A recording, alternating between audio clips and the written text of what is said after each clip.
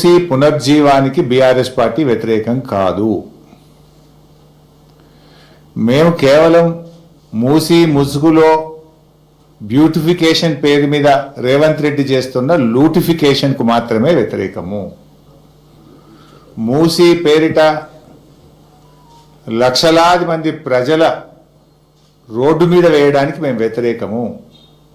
వేలాది ఇండ్లు కూలగొట్టి లక్షలాది మంది ప్రజల్ని నిరాశ్రయులు చేయడానికి బీఆర్ఎస్ పార్టీ వ్యతిరేకము.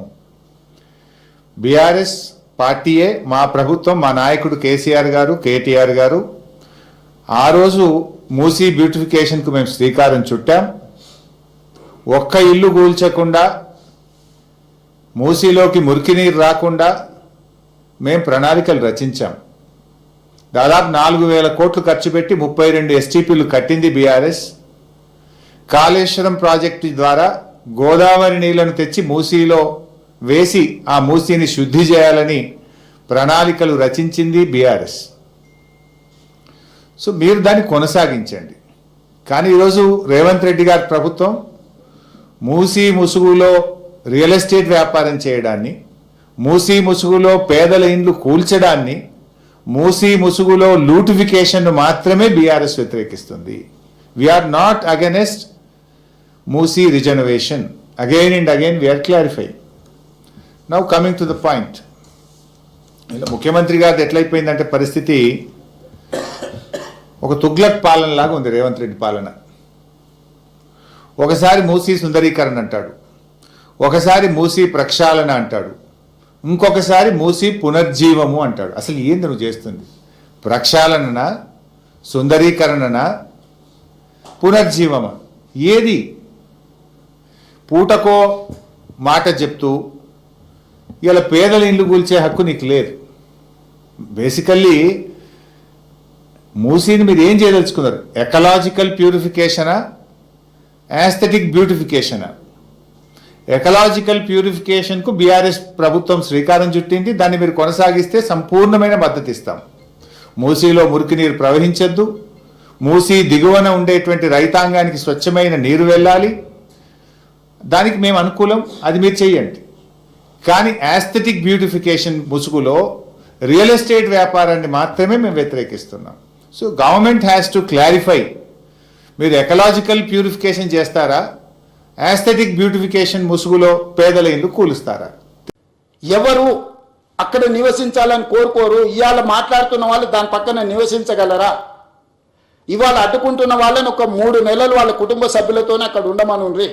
ఒక కంటైనర్ హౌస్ ఇస్తాను నేను, ఒకవేళ గుడిసెలలో వాళ్ళకు ఉండడానికి ఇబ్బంది అయితే రాష్ట్ర ప్రభుత్వం తరఫున మూసీ రివర్ డెవలప్మెంట్ కార్పొరేషన్ తరఫున ఆ మూసీ నది పరివాహక ప్రాంతంలో కంటైనర్ హౌస్ ఇస్తాం మీకు with all facilities other than Musi ప్రక్షాళన. ఎట్లుందో యాజ్ టీజ్గా వద్దంటున్న వాళ్ళందరికీ ఒక్కొక్కరికి ఒక్కొక్క ప్లేస్లో ఎవ్రీ 1/2 కిలోమీటర్ 55 కిలోమీటర్లు ఉంది.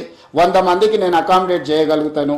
2 పక్కలైతే 200 మందికి, 200 మందికి ఒక మూసీ నది పక్కన కంటైనర్ హౌస్లు ఇస్తా. ఒక 3 నెలలు మీరు అక్కడ ఉండండి. మీరు ఎందుకు వాళ్ళ జీవితాలతో చెలగాటం ఆడుకుంటుర్రు?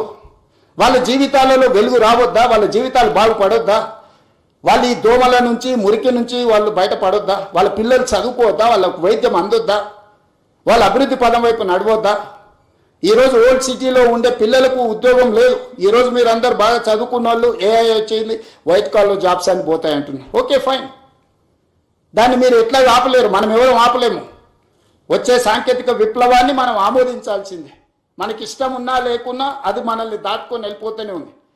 మరి వైట్ కాలర్ జాబ్స్ అన్నీ పోయినప్పుడు, ఏఐ మొత్తం ఉద్యోగ అవకాశాలను ఆక్రమించుకున్నప్పుడు బ్లూ కాలర్ జాబ్స్ క్రియేట్ చేయాల్సిన బాధ్యత మన మీద లేదా?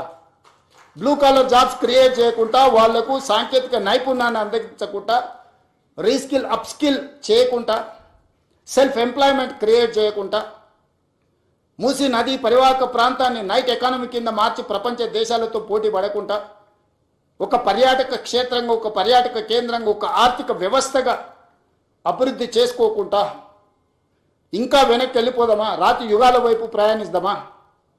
ఒకప్పుడు అడవుల్లో మనం ఆకులు అలాలు కట్టుకొని ఉండేది, తర్వాత కొంచెం బట్టలు కట్టుకునే కాడికి అట్లా ఇప్పుడు సూట్ వేసుకునే కాడికి ఇప్పుడు మోడర్న్ సొసైటీకి వచ్చినాం. ఇదంతా సమాజంలో పరిణామ క్రమంలో వచ్చిన అభివృద్ధి కదా. ఈ అభివృద్ధిని మనం అడ్డుకున్నామా? 100 సంవత్సరాల క్రితం వచ్చిన వరదల్ని దృష్టిలో పెట్టుకొని నిజాం చేసిన దాంట్లో 10% కూడా ఈరోజు మనం చేయాలనే ప్రయత్నం చేయకపోతే ఈ చరిత్ర మనల్ని క్షమిస్తుందా? ఈ చరిత్ర తిరగ రాసుకోవాల్సిన అవసరము, ఇప్పుడు రాయకపోతే ఎప్పుడు రాయలేమన్న పరిస్థితులు ఈ మేధావులకు అర్థం కావడం లేదా? ఇవాళ defence, they don't give even single inch of land, they don't allow you to see that land. Today I wanted to appreciate my army people and my defense minister. He has prepared to give 100+ acres in Bapu Gandhi Sarovar, where our army people are training, Agniveers are training there. They have decided to shift their Agniveer training camp some other place, and they are giving 100+ acres for this Gandhian ideology, where the Musi is going to come up. అంటే దేశ సరిహద్దుల్లో భద్రతగా ఉండి దేశాన్ని కాపాడే వీర సైనికులు కూడా వందలాది ఎకరాల వాళ్ళ భూములను మూసీ నది ప్రక్షాళన కోసం ముందుకొచ్చి అప్పజెప్తుంటే, ఇవి ప్రభుత్వ భూములు చాలా వరకు, లేదా ప్రభుత్వ నిబంధనలకు ప్రైవేట్ భూములు ఉన్నా ప్రభుత్వ నిబంధనలు ఉన్నాయి. ఈరోజు గండిపేట నుంచి బాపు ఘాట్ వరకు 100 మీటర్ల బెడ్ విడ్త్లో నీళ్లు ప్రవహిస్తాయి. బోత్ సైడ్ 50 మీటర్ల బెడ్ విడ్త్లో రోడ్లు, ఇన్ఫ్రాస్ట్రక్చరు, ఎకనామిక్ జోన్, ఎవ్రీథింగ్ వస్తుంది. అంటే నది సెంటర్ నుంచి లెక్క పెడితే ఇటు సైడ్ ఒక 100 మీటర్లు, ఇటు సైడ్ ఒక 100 మీటర్లు, కంప్లీట్గా 200 మీటర్ల లోపలనే నీళ్లను నియంత్రించడమే కాకుండా నీళ్లకు సరైన దారి. ఈరోజు మీరు ఎస్టీ పిల్లల పైప్ లైన్లన్నీ మూసి నదిలో కట్టిండ్రు, మధ్యలో కట్టిండ్రు. వరద రాగానే అవి అడ్డుకోవడంతో ఆ నీళ్లు కాలనీలకు వస్తున్నాయి. చెత్త వేయడం వల్ల, డెబ్రీస్ వేయడం వల్ల, కన్స్ట్రక్షన్ మెటీరియల్ మొత్తం తీసుకువెళ్ళి డంప్ చేయడం వల్ల అవి నిండడం వల్ల నీళ్ళు అక్కడి వరకు వేగంగా వచ్చి ఆగిపోతున్నాయి. ఒక దగ్గర 500 ఫీట్లు ఉంది, ఒక దగ్గర 50 ఫీట్లు ఉంది మూసీ నది. 500 ఫీట్లలో ఉండే వరద 50 ఫీట్లకు రాగానే మొత్తం నీళ్ళు నిండి వెనక్కి వచ్చి కాలనీలన్నీ నీటిమయం అయిపోతున్నాయి. ఎన్ని వేల మంది నిరాశ్రయులైన, 10 లక్షల మంది పోయినసారి 2019-20 వరదలు వచ్చినప్పుడు మొత్తం వాళ్ళ సర్వం కోల్పోయింది. నేను ఎంపీని, ప్రతి కాలనీ నేను తిరిగి వచ్చిన. జల్పల్లిలో ఈరోజు కూడా 1st ఫ్లోర్ వరకు నీళ్ళు వచ్చి ఆగిపోయినాయి, నీళ్లు బయటికి పోవడం లేదు. జల్పల్లి ప్రాంతంలో కాలనీలు మునిగిపోయినాయి. ఈరోజు నీళ్లు మనం ఉన్న ప్రాంతాలకు వస్తలేవు. నీళ్లున్న ప్రాంతాన్ని మనం పోవడం వల్ల వాటికి దారి తెలవక అవి మన దగ్గరకు వస్తున్నాయి. నీళ్లుండే ప్రాంతం